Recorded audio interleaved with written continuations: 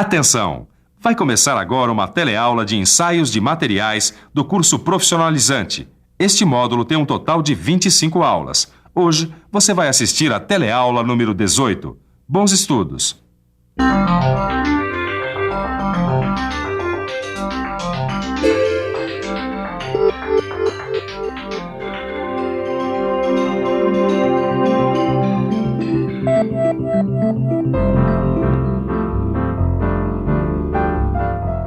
Aposto que você nunca parou para pensar que sempre que a gente vai à feira, a gente acaba fazendo um monte de ensaios não destrutivos. É isso mesmo, ensaio não destrutivo é o que eu faço quando eu escolho uma fruta. Eu dou uma boa olhada, eu analiso o seu aspecto geral, vejo se não está murcha ou machucada e só então eu levo. Pois então, esse processo se chama ensaio não destrutivo. Nesse caso, é um ensaio visual, que é o que a gente vai estudar na teleaula de hoje. Hoje nós vamos estudar um tipo de ensaio não destrutivo, os ensaios visuais. Vamos ver como eles podem ser feitos e vamos conhecer os equipamentos que podem ser usados nesse tipo de ensaio. Vamos nessa que a nossa teleaula está começando!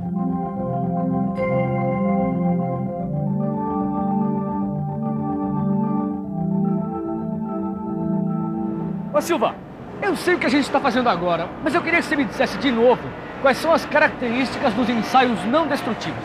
Ô Caio, um ensaio não destrutivo é aquele que pode ser aplicado num produto já acabado. Ensaio não destrutivo, quer dizer, aquele que não provoca dano no produto já pronto. Tá, não, tudo bem, isso eu já sabia. Eu só queria que você dissesse quais são os conceitos dos ensaios não destrutivos, também conhecidos por END.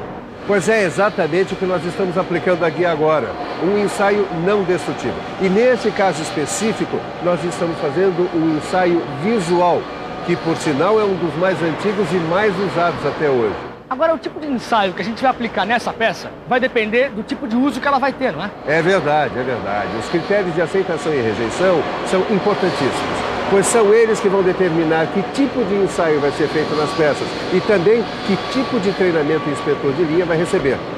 Você, por exemplo, Caio, está fazendo estágio aqui comigo com peças de aço fundido. Pois então, você não vai poder fazer inspeção em outras peças, a não ser que você passe por um outro treinamento. O treinamento, Caio, é específico.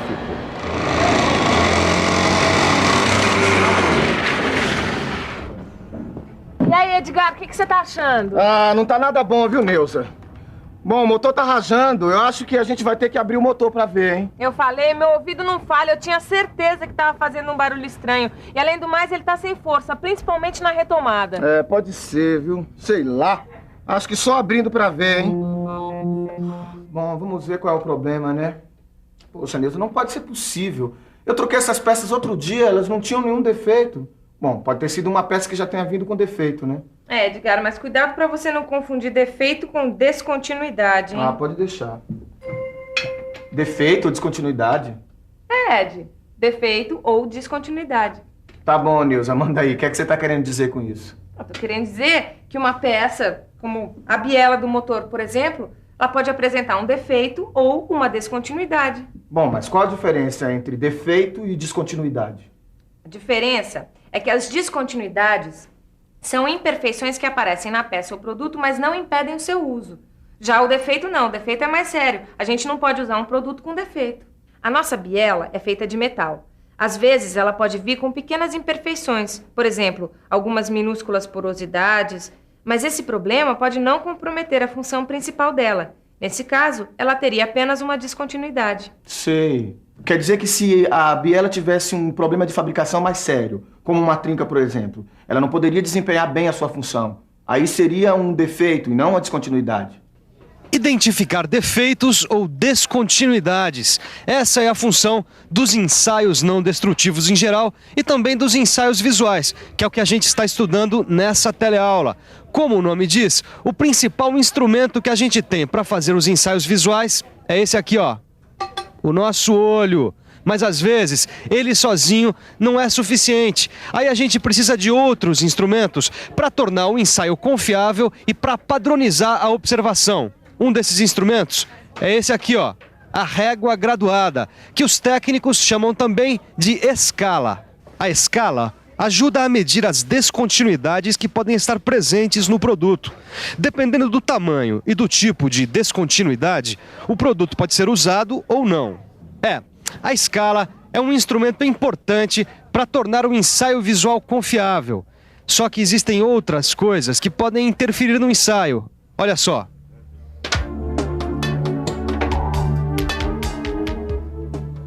Viu? Existe uma distância certa para se observar a peça. Do mesmo jeito que acontece com a câmera, acontece também com o nosso olho. Para fazer o ensaio visual, a peça deve estar bem perto do olho. Mas se ela estiver a menos de 25 centímetros, começam a ocorrer distorções. Você me diz uma coisa, nos ensaios visuais a gente utiliza os olhos, a vista, a visão, claro. Agora, a gente pode também ter a ajuda de alguns instrumentos, né? E dentro de condições específicas. É isso aí. Existem condições necessárias para os ensaios visuais. São vários procedimentos, são várias condições de ambientes, sem os quais os ensaios visuais podem perder a confiabilidade. Tá bom. E quais são essas condições e procedimentos? Me fala. O primeiro procedimento, Caio, é a limpeza da peça. Olha aqui, esse procedimento é fundamental, porque se a peça tiver resíduos de óleo, graxa ou qualquer outra substância, eles podem encobrir as descontinuidades, eles podem impedir que o inspetor veja as descontinuidades e até os defeitos. Tá bom, mas como é que a gente faz com uma peça como essa aqui? Quando o inspetor vai fazer um ensaio visual, por exemplo, ele pode não enxergar defeitos ou descontinuidades. Porque o acabamento pode esconder vários problemas, né? É verdade. E aí é que está, vai depender da qualidade exigida. No caso desta peça, Caio, que é uma peça fundida, se ela tiver uma pequena descontinuidade encoberta pelo acabamento, pois muito bem, o inspetor não vai ver essa descontinuidade, mas isso não fica assim.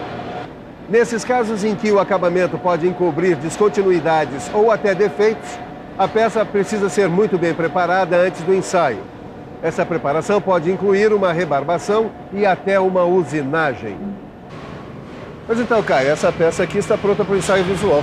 Então quer dizer que toda peça cujo acabamento pode encobrir algum tipo de problema tem que passar por uma preparação como essa? Não, nem toda. Vai depender do nível de qualidade exigido. Dependendo da aplicação, nós podemos ter uma peça com pequenas descontinuidades. Entendi. Então quer dizer que dependendo do tipo de uso que essa peça vai ter, ela pode apresentar ou não algum tipo de descontinuidade. É isso? Mas com os defeitos não é assim. Esses não podem passar nunca. Por isso, a preparação de uma peça é muito importante para uma boa vistoria. Tá difícil aí, Edgar? Agora sim, nada como a luz.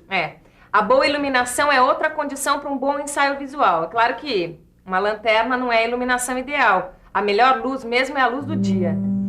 Mas nas fábricas, os ensaios visuais são feitos em salas fechadas, com iluminação artificial. Aí, o ideal é que as lâmpadas estejam atrás do inspetor ou em outra posição que evite o ofuscamento. Agora não adianta nada eu ficar examinando tudo se não houver um bom contraste entre o defeito ou descontinuidade e a superfície da peça, né? Esse Edgar, basta aprender um pouquinho, já fica entusiasmado. O que eu tô querendo dizer, Nilza, é que se não houver uma diferença visual clara entre a descontinuidade e a superfície da peça, o ensaio visual não é o mais indicado. Bom, isso é verdade mesmo, né, Edgar? Existem problemas que não são detectados pelo ensaio visual, por melhor que ele seja feito. Às vezes a gente examina uma peça e não vê nenhum defeito, né? Na hora que ela vai ser colocada em uso, ela quebra. Mas aí o problema não é do ensaio visual, não. Talvez ele tenha que ser feito um outro tipo de ensaio nele, né? E dependendo da aplicação, o projetista vai ter que decidir qual é o tipo de ensaio mais indicado, hein? Esse trabalho é moleza, Silva. Quando a peça está bem preparada, a iluminação é boa, a gente tem os instrumentos adequados para trabalhar, sabe a diferença entre descontinuidade e defeito, e sabe o que pode ou não ser liberado na peça, dependendo do uso que ela vai ter, aí é moleza. Não é moleza não, Caio. Não é, esse trabalho exige bastante e tanto que nós vamos ter uma parada programada para daqui a pouco. Não, acho que eu vou continuar por aqui, viu, Silva? Eu queria praticar mais um pouco. Não, senhor, o senhor vai parar. E sabe por quê? Porque depois de algum tempo o inspetor fica com os olhos cansados. Mesmo com todas as condições para fazer o ensaio, a gente começa a não perceber os problemas. É isso aí, Silva, acho que tem razão. A gente fica forçando a vista e chega uma hora que tem que dar uma parada. Senão as descontinuidades passam, não é? Agora, isso é muito sério mesmo. Tanto que nas linhas de produção são colocadas algumas peças com pequenos defeitos entre as peças normais, exatamente para avaliar o desempenho de quem faz a inspeção. As paradas são muito importantes. Tente ficar fixando os olhos em um objeto ou em alguns objetos parecidos. Vamos lá, tente. Você vai ver que depois de algum tempo, a gente começa a perder um pouco da sensibilidade visual. É isso aí. Além disso, quem quiser ser inspetor de ensaios visuais vai ter que estar sempre fazendo um acompanhamento com o oftalmologista, porque afinal de contas, a visão tem que estar sempre 100%. Como você viu no começo dessa teleaula, nem sempre apenas os nossos olhos são suficientes para fazer um ensaio visual eficiente. Você viu que existem condições e ambientes específicos onde esses ensaios podem ser realizados. E viu também que os inspetores podem usar escalas graduadas, como essa daqui, para dimensionar as descontinuidades. Muito bem, agora é importante que você conheça outros instrumentos que podem ser usados nos ensaios visuais. Olha só, eu estou aqui numa casa filatélica. Aqui é o lugar que vende selos para colecionadores. Eles praticam um tipo de ensaio visual nos selos. É claro que não é a mesma coisa, porque na indústria o que nos interessa é detectar descontinuidades ou defeitos. Aqui, o exame serve para conhecer todos os pequenos detalhes dos selos. Mas tem uma coisa que é igual, ou pelo menos bem parecida. O instrumento que ele está usando para analisar o selo é o mesmo que um inspetor pode usar para detectar descontinuidades ou defeitos numa peça. A lupa.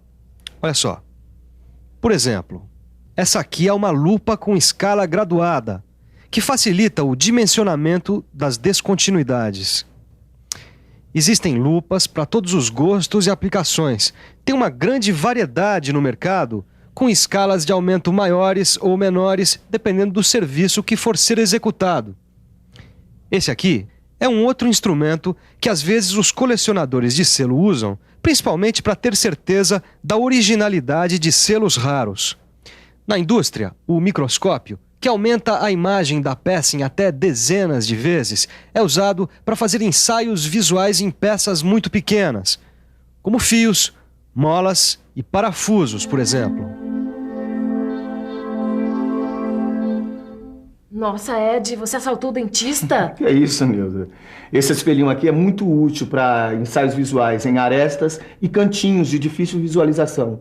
Bom, assim como o dentista pode ver entre os dentes, a gente pode ver entre as peças. Nossa, que legal, Ed! Bom, legal mesmo é um tuboscópio. Tubo o quê? Tuboscópio é um aparelho específico usado em laboratórios de ensaios.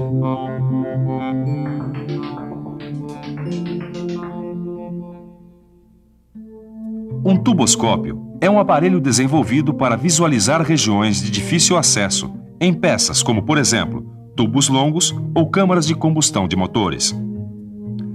O primeiro conjunto de lentes capta a imagem do objeto. A imagem é transmitida através do tubo até atingir uma nova lente que aumenta ainda mais a imagem e a transmite ao olho do operador. Uma característica importante que precisa estar presente nos tuboscópios é a capacidade de girar sobre o próprio eixo. É isso que faz com que ele seja útil nos ensaios visuais de peças cilíndricas. Ô Silva, com a ajuda desses instrumentos que a gente viu, dá pra gente fazer um ensaio visual em qualquer peça que a gente quiser. Dá sim, Caio. Agora, existe um outro dispositivo que aumenta ainda mais a eficiência do ensaio visual. É o videoscópio. Como é que é? Videoscópio? Aí está, Caio. Na verdade, é um tuboscópio acoplado a uma câmera de TV. Toda vez que o ensaio precisar ser feito em lugares perigosos para o inspetor, ele pode ser utilizado. E útil também é a revisão, que começa agora. E atenção, se liga aí que é hora da revisão. Na teleaula de hoje, você aprendeu o que são ensaios não destrutivos e ficou por dentro de um tipo desses ensaios, os ensaios visuais. Você aprendeu ainda que os ensaios visuais têm como principal ferramenta o olho do inspetor, mas que existem condições específicas para o desenvolvimento desses ensaios. Você também ficou conhecendo alguns instrumentos que podem ser usados nesses ensaios. Por hoje é isso. Na próxima teleaula tem mais.